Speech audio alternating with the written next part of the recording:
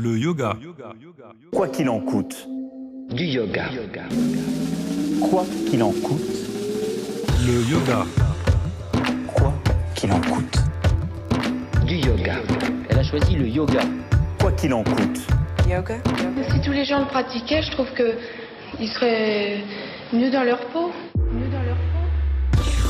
Namasté à toutes et à tous. Le yoga, quoi qu'il en coûte, un podcast positif et bienveillant proposé par Yoff.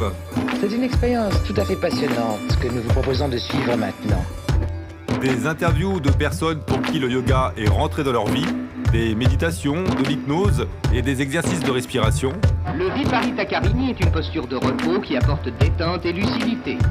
De quoi aller mieux, des tips, des livres, des recettes véganes ou pas. Ce qui est important, c'est l'attitude intérieure. Le yoga, quoi qu'il en coûte, Quoi qu'il en coûte. c'est ici et maintenant. Bonne écoute. Le yoga, snobisme, curiosité.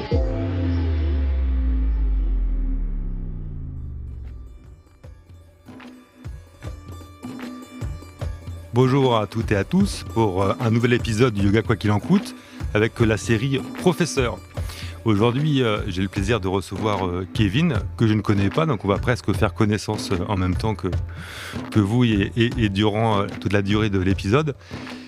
Pour ceux qui écoutent, on a le yoga le mardi après-midi, le midi au morning, et Céline, la professeure régulière qu'on embrasse, elle était en vacances, en vadrouille, et il y avait un remplaçant, et ce remplaçant, c'était Kevin. Kevin, bonjour. Bonjour, bienvenue. Est-ce que tu peux te présenter ? Ouais, pas de souci. Donc moi c'est Kevin. Toi je dis bienvenue, mais en fait c'est toi qui m'accueille. Hein. Ah ouais, donc déjà c'est un open mic. J'ai l'habitude. En fait c'est dans mes cours j'ai l'habitude toujours de bonjour, bienvenue. Tu vois. Donc ouais. Des fois il y a des trucs qui ressortent comme ça. Et non là donc, c'est toi qui es au cœur de l'action et ouais. C'est moi qui vais poser les questions. Yes, c'est ça. Ouais. Donc avec plaisir. Donc moi c'est Kevin. Donc j'ai 37 ans. Je suis professeur de yoga, mais pas que. J'ai une formation de coach sportif. Je donne des cours de fitness, donc fitness dans le sens large, hein, ça peut être renfo, cardio. Je donne des cours de boxe aussi, plutôt cardio, renfo sur sac. Je donne des cours de danse aussi. À la base, je suis un danseur principalement. Danseur hip-hop, ouais. Hip-hop. Danseur hip-hop, breakdance. Et je crois que c'est tout. Je crois que voilà, des cours de pilates aussi. Donc c'est pour ça que je dis fitness au sens large parce que je touche un petit peu à tout, quoi. Donc et la boxe aussi. Et la boxe, c'est ça, ouais. Donc Muay Thai. Donc moi j'ai commencé par la boxe Muay Thai quand j'avais 17 ans. J'ai commencé à peu près en même temps que la danse. Tu peux rapidement peut-être expliquer les différences boxe parce que pas certain que. Alors quand on pense boxe, en général quand on dit boxe, c'est boxe anglaise. Donc c'est uniquement avec les poings. Et moi, j'ai commencé par le Muay Thai, donc c'est boxe pied-point.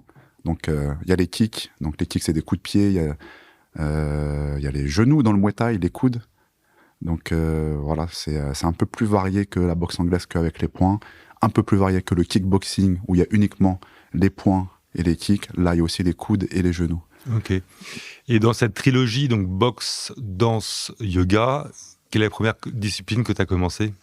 La danse. La danse. Ouais, je dirais que c'est la danse en premier. Comme je disais, j'ai commencé un peu la boxe en même temps, en parallèle. Mais c'était plutôt focus sur la danse au début. Ouais. Et la seconde ? La deuxième, pardon. Donc, je dirais le Muay Thai. Et ensuite, il y a le yoga qui est arrivé un peu. La maturité. Beaucoup plus tard, ouais. Enfin, beaucoup plus tard. Ouais, une dizaine d'années après, je pense. Et si on fait le zoom sur le yoga, justement, le parcours, comment tu as rencontré le yoga ? Premier cours, première expérience. Ouais. Et après, comment tu as eu l'idée, ou du moins la volonté de devenir professeur, et puis la formation ? Alors, ma première expérience de yoga, mon premier cours vraiment, une fois, je crois, j'avais essayé au Canada il y a longtemps. Mais en vrai, je ne m'en rappelais même pas. C'est des années après que je me suis rappelé de cette expérience, mais je m'en souviens pas très bien. Je sais même pas pourquoi. Peut-être que je crois que j'accompagnais quelqu'un à ce cours de yoga là. Donc j'étais même pas conscient de là où j'allais. Nous les hommes, on accompagne souvent quelqu'un en yoga ouais. pour la première fois. C'est un classique. Mais du coup, après, là où j'ai vraiment commencé le yoga par moi-même, c'était en 2015, donc sur Paris. Donc à l'époque, ouais, j'habite à Paris maintenant, mais j'étais à Paris à ce moment-là, donc 2015, dans un studio pas loin de République. Donc c'est Yoga Factory. Enfin, tu peux les citer, il n'y a pas de... Yoga Factory. Et là, pour la petite histoire, Yoga Factory, ça a été créé par Thibaut. Donc Thibaut Tranvan, tu vois, si je me trompe pas sur le nom de famille, qui est un ancien collègue de mon père. Mon père était coach sportif. D'accord. Il travaillait dans une salle de sport, Club Med Gym. Le hasard ou c'est la... Non, je savais que... Mon père m'avait dit qu'il avait ouvert son studio de yoga. Donc je savais où j'allais, je savais que j'allais le rencontrer. Et du coup, mais quand je l'ai rencontré, j'avais 12-13 ans, je crois. Ok. Et justement, quand tu dis je savais où aller, c'est que tu avais une appréhension par rapport au yoga. Tu savais où mettre les pieds de manière générale ou c'est... Non, je n'avais pas d'appréhension, mais je voulais... je pense que mon père m'en a parlé parce que je lui avais confié mon intention d'aller prendre un cours de yoga. Il m'a dit, tu sais, j'ai mon ancien collègue Thibaut, tu sais, que tu as rencontré à l'époque au Gymnase Club. C'était Club Med Gym à l'époque, je crois. Avant, c'était Gymnase Club. Après, c'est devenu Club Med Gym. Il me dit, tu l'as déjà rencontré, tout ça. Je fais, ouais, je me rappelle bien, tout ça. Donc il m'a dit, il a ouvert son studio, tu devrais y aller. Donc, j'y suis allé. D'accord. Et est-ce que tu te souviens de la motivation, le pourquoi du comment qui t'a fait aller à un cours de yoga? Ouais, à l'époque, j'étais à fond dans la danse. Donc, la danse hip-hop, breakdance, qui est déjà très complète. Mais je voulais quand même trouver une autre façon de m'entraîner. Parce que pour le breakdance, je travaillais beaucoup tout ce qui est renforcement musculaire, donc classique, pompe, abdos, je courais un petit peu pour le cardio, mais je voulais quand même travailler un peu ma souplesse, et le côté aussi, l'approche aussi spirituelle du yoga m'intéressait aussi, tout ce qui est respiration, en gros tous les éléments qui pouvaient m'apporter pour m'améliorer en danse, quoi. Mieux respirer, pour mieux me sentir, pour mieux m'entraîner, progresser en danse, quoi. C'est intéressant, c'est que tu connaissais déjà l'atout de la respiration avant de faire du yoga?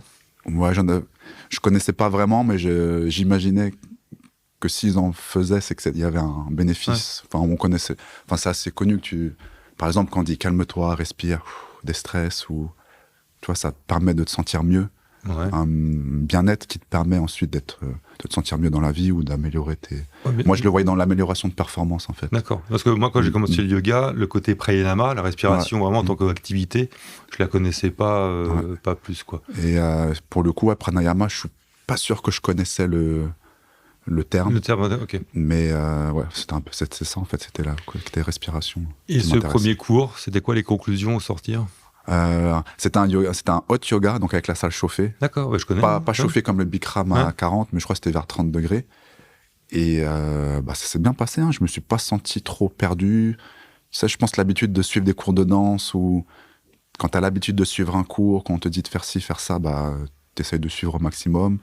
Aussi de pouvoir regarder un peu à droite à gauche si tu fais bien les postures. J'ai le souvenir de pas m'être senti perdu. J'ai apprécié. Après, j'ai acheté ma carte de cours, tout ça, j'ai enchaîné, tout ça. D'accord. À réfléchir, et je peux que vous recommander l'écoute des 2 épisodes avec Kung Fu Panda. Il allait dans un centre, c'était pas du Bikram hot yoga comme connaissait, mais c'est quelqu'un qui avait un peu sa propre méthode. Ouais. Et de ce que tu me décris, j'ai l'impression que ça pourrait être la même personne. Ouais. Une notion de maître ou pas? De maître. Est-ce qu'il fait du Kung Fu, des choses comme ça en plus du yoga? Non. D'accord, c'est pas la même personne. Non. Okay. Et non, c'était pas la. C'était pas de. Non, je crois pas. Non, je dis non, mais. Non, mais limite, je le redemanderai parce que moi, alors que j'ai déjà expliqué, j'ai fait longtemps du Bikram, mais dans des salles officielles Bikram. Et étonnamment, il y a beaucoup de salles qui proposaient du hot yoga ou du moins un environnement chaud, alors que je connaissais pas. Donc, premier cours, ça t'a plu? Ouais. T'as pris ta carte. Ouais. Et après, c'est l'étape de dire, tiens, je vais être professeur. Ça, c'est quoi l'évolution? Alors ça, c'est venu longtemps après. Enfin, longtemps, plusieurs années après. Donc comme je te disais, 2015, à Paris, j'ai pris ma carte de cours. Et donc, j'y allais régulièrement. Donc, du coup, ça m'a bien plu. Et ensuite, il y a eu un moment, il y a eu un tournant où j'ai quitté Paris. Je suis parti vivre à Londres en 2016. Donc, un an après, quoi. Un peu moins d'un an après. Donc, je suis parti vivre à Londres. Donc, arrivé à Londres, j'ai continué la danse là-bas, pas le yoga. Et il y a un moment où je suis retourné au yoga, ça me manquait. On retourne toujours au yoga. Voilà, c'est ça. On n'arrête jamais. Comme un peu la danse ou le yoga, c'est des pratiques qui sont toujours là, en fait. Ouais. Je le dis souvent, on peut arrêter d'en faire. Ouais. Il y a toujours un moment où on ressent un besoin. Ouais. Et et ça redonne un coup de, je crois, Non, un coup de peps. Ouais. non, c'est clair. Ouais, c'est moi la danse. Même si j'arrête 6 mois, 1 an, je me dis pas j'ai arrêté la danse. Non, je sais que c'est toujours là pour moi quand j'ai envie, quand je le sens. Et par rapport à ces voyages et ton quotidien, c'est quoi ta profession? Toi, tu vis du coaching sportif? Ouais, je vis du coaching sportif, des cours principalement en ce moment. J'accompagne moins de personnes en individuel, mais plus en cours collectif. Et à Londres, c'est dans ce cadre-là. Et en fait, à Londres, non, à l'époque, je faisais pas ce métier-là. Alors, raconte-nous. Voilà. Donc en Si c'est racontable. Ouais, non, en 2015, j'avais un boulot classique, entre guillemets. Hein. Je travaille dans le domaine de l'ingénierie industrielle, donc mécanique industrielle.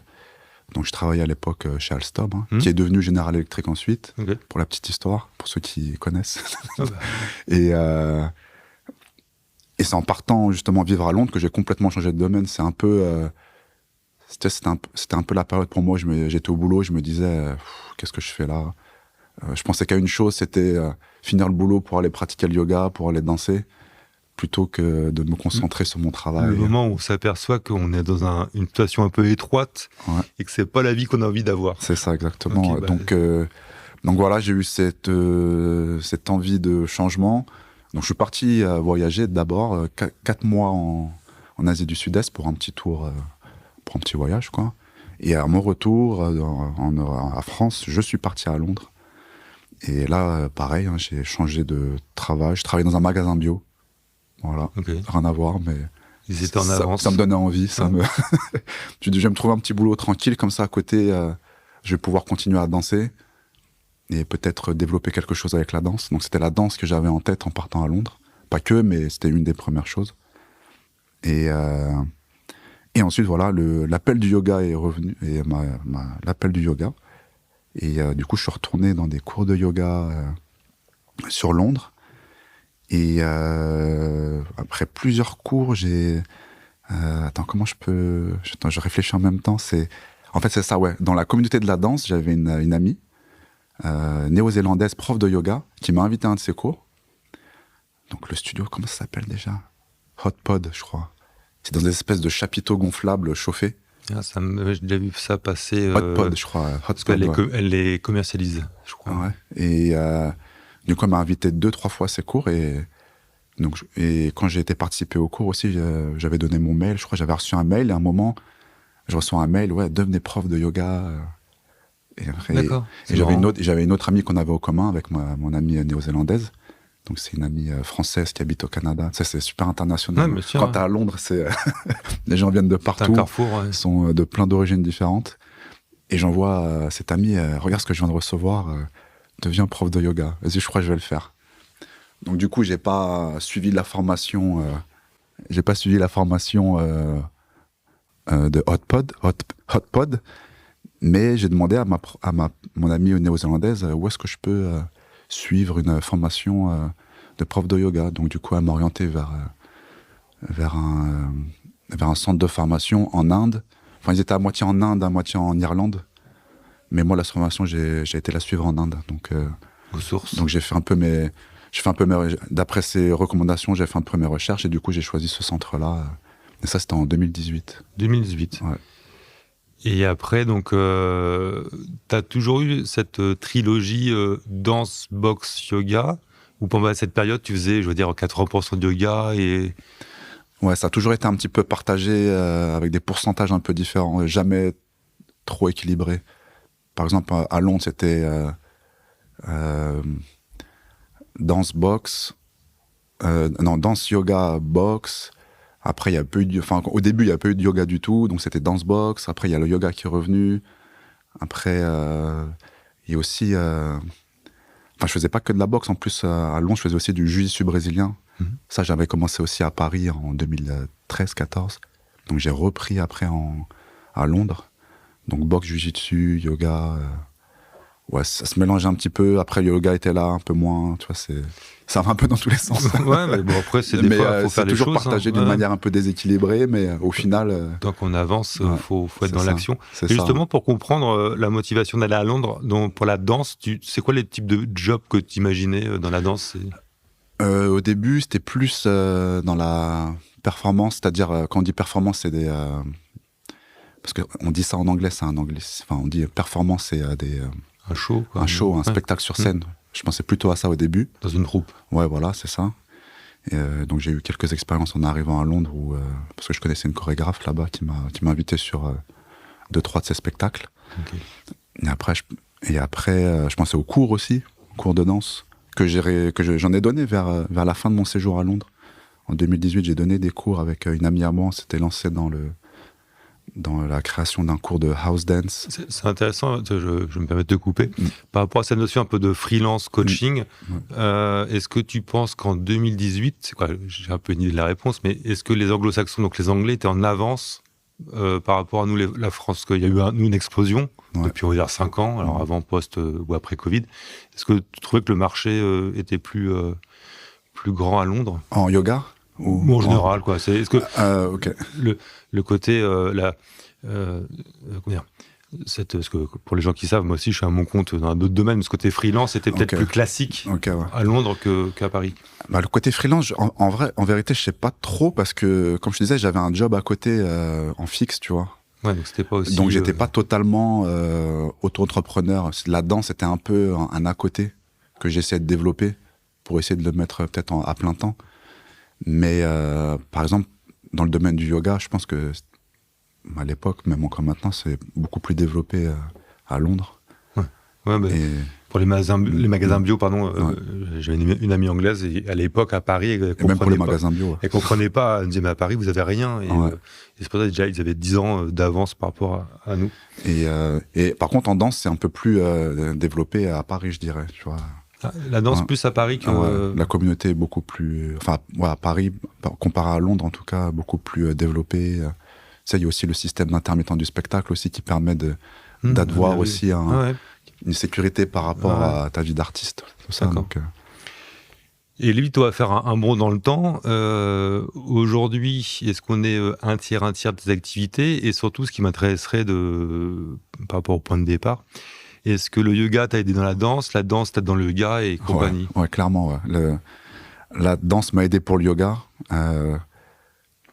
En vrai, j'ai jamais eu vraiment de difficulté en yoga à réaliser les postures. Tout de suite, il m'a fallu un petit temps d'adaptation pour connaître pour voir un peu le concept du yoga, les enchaînements de postures, parce que j'ai commencé par du vinyasa, donc voilà, ça je voulais savoir aussi. Pas mal d'enchaînements de postures, tout ça. Donc donc on fait ça comme ça. Après on enchaîne.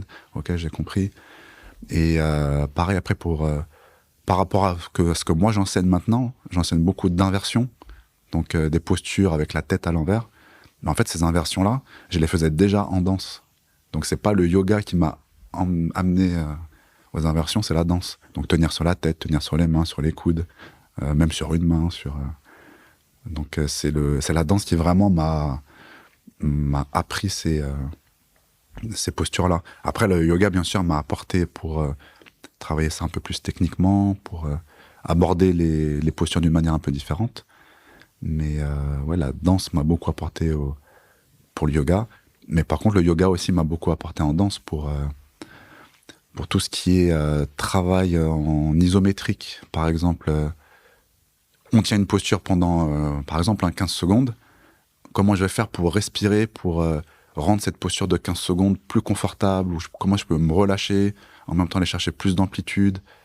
Donc tout cet aspect-là qu'on travaille au yoga m'a apporté pour la danse pour trouver plus de relâchement dans ma pratique, une meilleure façon de respirer. Donc, ça se complète vraiment, quoi. C'est le confort dans la confort. Exactement, c'est ça. Ouais.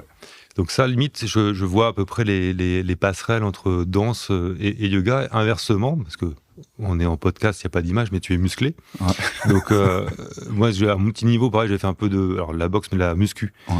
Et j'avais un peu arrêté parce que je m'étais aperçu que la muscu, moi, ça me rigidifiait. Ouais. Et que dans le yoga, je perdais en souplesse, du moins en mouvement. Okay. Est-ce que toi, par rapport à donc, la dualité boxe-yoga, il y a un bénéfice ou de temps en temps, une discipline, plutôt la boxe va t'empêcher dans le yoga? Moi, j'ai jamais ressenti ça. En vrai, cette musculature, je l'ai eue depuis ma jeunesse, en fait. C'est pas la pratique de la boxe qui m'a apporté cette musculature-là. Donc, j'ai toujours évolué avec cette musculature-là. On va dire, je l'ai développé avec la danse. Donc la danse hip-hop, breakdance, super complète. C'est cardio. Enfin, c'est pas que tu dois, mais ça te fait travailler ta souplesse. Ça te fait travailler ta force, ton équilibre. ton endurance, toutes les qualités physiques. Et puis c'est de la joie. Ouais, en plus, ouais. Moi, on C'est a ça, un peu ouais. échangé, je dansais aussi. Donc, Quand tu danses, c'est un jeu. Tu joues à la danse. De la joie, je disais. C'est de la bonne énergie. Ouais, on en parlait aussi avant d'ouvrir les micros. C'est que c'est de l'amusement et c'est vital, c'est positif. C'est comme le hip-hop. C'est les préceptes du hip-hop. C'est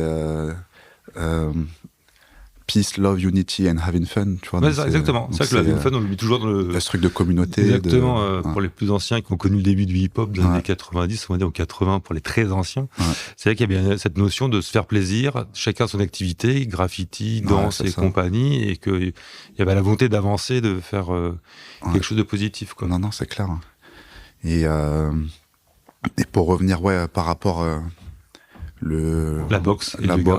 Donc, quand tu prends un muscle, tu perds en souplesse. Moi, comme je disais, je l'ai jamais vraiment ressenti parce que t'as besoin de tout dans la danse. Enfin, c'est ça qui est bien avec le hip-hop, le breakdance, c'est que même si t'es pas souple, tu peux danser. T'as pas de force, tu peux danser. T'es petit, t'es grand, gros mec, tu peux danser à ta façon. Tu t'adaptes selon ta morphologie. Même des gens qui sont handicapés qui dansent, qui font du breakdance. Oui, et le danseur sans jambe ou avec une jambe, je sais plus comment. Ouais, il y en a plusieurs en fait. Il y en a un qui est connu, il a fait sur la 6 incroyable talent. La France un incroyable talent, c'est Junior. Il y en a un autre quelques années après qui l'a fait. Je crois qu'il est d'origine d'Algérie, je crois. Pareil, il est sur béquille, il danse. Ce qui est impressionnant, c'est qu'il est en béquille, donc on le regarde, on dit tiens, et puis le mec, dès qu'il se met à danser, c'est de la folie, quoi. En fait, en hip-hop, tu utilises ta force, ton handicap peut être ta force, ta particularité fait que tu t'exprimes au travers de ce qui te caractérise. Et ce qui était intéressant, tu as fait une phrase classique en disant en hip-hop, pas besoin d'être souple, et on ne pourra aussi jamais que le rappeler, en yoga, pas besoin d'être souple pour en faire, et petit, gros, grand, moyen, tout le monde peut faire des yogas, on a tous des corps différents, mais il faut pratiquer. Non, c'est ça. Et donc aujourd'hui, justement, tu vas aller faire un cours de yoga dans 1 heure, là. C'est quoi ton emploi du temps? C'est ton activité danse, yoga, aujourd'hui, tu t'équilibres comment Et comment tu trouves tes clients, quoi? C'est quoi une journée classique, une semaine classique? Ma semaine classique, c'est des cours, comme je disais, collectifs principalement. Ça dépend des périodes. Il y a des périodes où je donne plus de cours de yoga. Par exemple, il y a on va dire 2 ans, je donnais plus de cours de yoga. Là, dernièrement, c'est plus les cours de boxe qui ont pris l'ascendant. J'ai quand même gardé des cours de danse avec les petits. Par exemple, là, je viens d'un cours de danse avec les petits. Ils ont entre... ça part de 5 jusqu'à 12 ans. Ouais, de 5 à 12 ans. Donc, j'ai 2 groupes de 5 à 12 ans. Et vous dansez sur quoi comme musique? Moi, je leur propose plutôt des sons old school. Voilà, c'est ça que je comprends. 90, 2000. Mais eux, ils arrivent... ils me proposent des sons de maintenant. Ouais. Et je leur dis des fois, ça c'est bien, mais c'est pas vraiment adapté pour danser, en fait. Tu vois, c'est plus vraiment le même délire. En 94, 95, les meilleures années du hip-hop. D'accord. Et ils sont réfractaires ou ils comprennent, ou limite c'est transparent pour eux, ils prennent la musique comme ça, puis... Parfois ils me demandent on peut changer un petit peu, mais non, ils sont pas réfractaires. Je pense qu'ils ressentent que j'essaie quand même de choisir des sons entraînants. De toute façon, ils le sont parce que c'est des sons qui sont faits pour danser. C'est ça, c'est le début. Même si ça leur parle pas, ils se sentent quand même entraînés. Et puis c'est la base, quoi. Je pense que c'est important quand même qu'ils connaissent ces sons-là pour. Et même c'est des sons adaptés, donc. Et puis c'est le point, c'est la culture, quoi. Et je saurais pas leur proposer autre chose que ça en vrai. Donc. Là tu pourrais pas trouver une musique. Moi j'avoue que j'écoute plus trop du hip-hop. Que j'ai beaucoup. Il y a pas des gars qui ont des prods un peu qui adaptés danse. Si quand même, ouais. Des fois ils me proposent des sons que je garde. Je fais celui-là il est pas mal. Mais dernièrement, l'année dernière, pour le spectacle de la fin d'année, il y a un son avec une prod qui me plaisait bien. C'était Orelsan. D'accord. Comment s'appelle le son? Je l'ai écouté hier en plus. Je sais plus. Avec un son très punchy, très hip-hop. Et pour le coup, c'était vraiment adapté. Oui, c'est vrai qu'il faut peut-être faire la différence. L'odeur de l'essence, c'est ça le nom de... Ok. Donc ça envoie, ouais. La musique hip-hop, c'est subtil, mais c'est peut-être différent du rap. Et c'est vrai qu'en danse, on va prendre du hip-hop plus que du rap, si vraiment... En fait, c'est ça, ouais. Pas de vocodeur et pas de... le hip-hop, ouais, c'est ça, c'est le nom de la culture. Après, le rap, c'est comment les chanteurs, les MC s'expriment sur la musique hip-hop, en fait. Donc, c'est Ouais. après. Mais ce que je veux dire, c'est que le hip-hop, je parlais de 94-95, c'était New York, machin, c'est tellement imbriqué dans le son, la culture, que moi, je préfère des fois parler de hip-hop ou de quoi de rap. Déjà, c'est vraiment ce côté, boum, c'est massif, c'est huge. Quand on dit hip-hop, on ressent plus le côté un peu brut, à l'ancienne. Et ok. Et donc là, par rapport à ton activité, comment alors, je veux bien connaître ta formation de yoga, tu en as un petit peu parlé, c'était une formation certifiante. Comment après tu trouves tes clients, ton réseau, quoi, Ok, ouais. Donc en 2018, quand je suis allé en Inde, c'est un yoga teacher training, on appelle ça une formation, une formation de prof de yoga. C'est en 200 heures. Donc ça se trouve un petit peu partout. Tu peux en faire un peu partout dans le monde. Il suffit juste de trouver une école qui reçoit une école qui est habilitée à donner ces formations-là. Et il n'y a pas que cet organisme-là, Yoga Alliance, qui donne cette habilitation, mais c'est une des plus connues. Mais en vérité, je pense pas qu'il y ait vraiment quelque chose il n'y a pas de diplôme officiel yoga, il y a pas de, même en France, c'est juste. Un jour, on peut en parler parce qu'effectivement, ils se sont positionnés sur c'est du business, hein. En gros, ils te mettent un coup de certificat, mais ça justifie pas, c'est pas étatique, c'est pas une structure juridique, c'est un positionnement comme sur les produits, vous avez marqué le produit préféré des Français ou élu meilleur mais c'est 30 personnes qui ont voté, donc après, ça peut mettre un cadre, donc c'est déjà pas mal, quoi. C'est ça, en fait, vu que c'est une habilitation Yoga Alliance connue dans le monde entier, c'est par exemple, si un studio veut m'engager, je leur montre mon certificat, ils vont voir Yoga Alliance, donc ça répond aux critères suffisants pour prouver que c'est une formation crédible. Tu trouves comment alors tes clients, tes salles? Moi, ce qui m'a beaucoup aidé, c'est de passer mon BPJEPS, donc c'est un diplôme de coach sportif. Pour le coup, étatique. Voilà, c'est un diplôme d'État. Donc j'ai suivi ma formation en alternance dans une salle de sport, donc au Cercle de la Femme pour mon cas. Et du coup, sachant que j'avais mon diplôme de yoga, ils m'ont proposé en même temps que des cours de fitness, de donner des cours de yoga. Donc ça m'a beaucoup aidé à faire ma petite expérience, à construire un peu mes cours pour progresser. Et à partir de là, quand tu rentres dans cette formation BPJEPS, en fait, tu es en contact avec tellement de gens qui travaillent dans différentes salles que facilement, à la sortie du diplôme, tu te fais recommander dans telle salle, dans tel studio. Donc ça c'est ce qui m'est arrivé. J'ai réussi à trouver mes créneaux fitness, yoga, par le bouche à oreille, aussi par sans difficulté. Ouais, sans difficulté. Aussi par la salle là où je travaillais, qui m'a engagé après mon diplôme. Et aussi, un des premiers studios pour lesquels j'ai travaillé, c'est Spoutnik Yoga Space. Là, c'est par Instagram que la gérante, Daria, m'a contacté. Ils sont où, je ne les connais pas. Ils sont dans le 3e arrondissement, Spoutnik Yoga Space. C'est un petit studio rue du Soub. Et elle m'a contacté via... Parce que je compte faire une série sur les propriétaires de studios, là, donc je prends des notes. Okay. Ouais. Donc, du coup, via Instagram, elle m'a contacté, elle m'a invité elle a aimé mon profil, on a discuté, on a échangé, tout ça. Et je pense qu'aussi, c'est un studio quand même assez... je sais pas si c'est connu ou réputé, mais quand je dis Spoutnik Yoga Space, les gens savent que c'est un bon studio, tu vois, même si c'est pas connu, tu vois. Et je pense que pour certains studios, me voir travailler dans tel studio, ça fait boule de neige. Ça témoigne que ça valide. Ça valide un peu mon ma crédibilité. Je sais pas si je peux dire ça comme ça, mais et du coup, à partir de là, quand tu rencontres d'autres gérants de studios. Tu travailles chez Spoutnik. Je connais, machin. Ouais, c'est assez sympathique d'entendre que tu n'as pas eu de difficultés par rapport à des gens qui peuvent se lancer. Donc ça, c'est... Moi, je pense que c'est vraiment le côté fitness qui m'a... double casquette, voire triple casquette qui fait exactement. Que tu peux avoir... Qui m'a aidé à... plusieurs... Et après, tous les autres studios... c'est ça. Tous les autres studios qui m'ont contacté... c'est les autres studios qui m'ont contacté après. Ouais, d'accord. Ce qui est assez rare, parce que moi, j'ai l'impression que les gens étaient plus en démarche. Quand tu donnes que des cours de yoga, j'ai l'impression que c'est ça. Je regarde l'heure parce que tu dois partir sur un cours de yoga, justement. Ouais.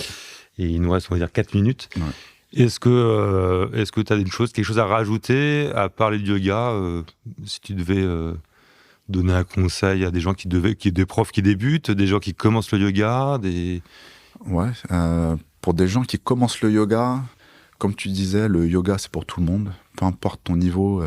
Normalement, dans un cours de yoga, on doit pouvoir te proposer des alternatives pour pouvoir réaliser la posture, mais d'une façon peut-être un peu différente. Après aussi, faut savoir accepter d'être débutant. Tu vas pas arriver dans un cours de yoga et tout réussir du premier coup. Parce que parfois, j'ai l'impression que je vois des élèves qui viennent dans des cours de yoga ou autres, dès le début, perdre un peu patience, ils comprennent pas pourquoi ils n'y arrivent pas. Ils se disent ouais, mais le prof m'a mal expliqué, ou l'école de la vie, quoi. Ouais, ou l'école.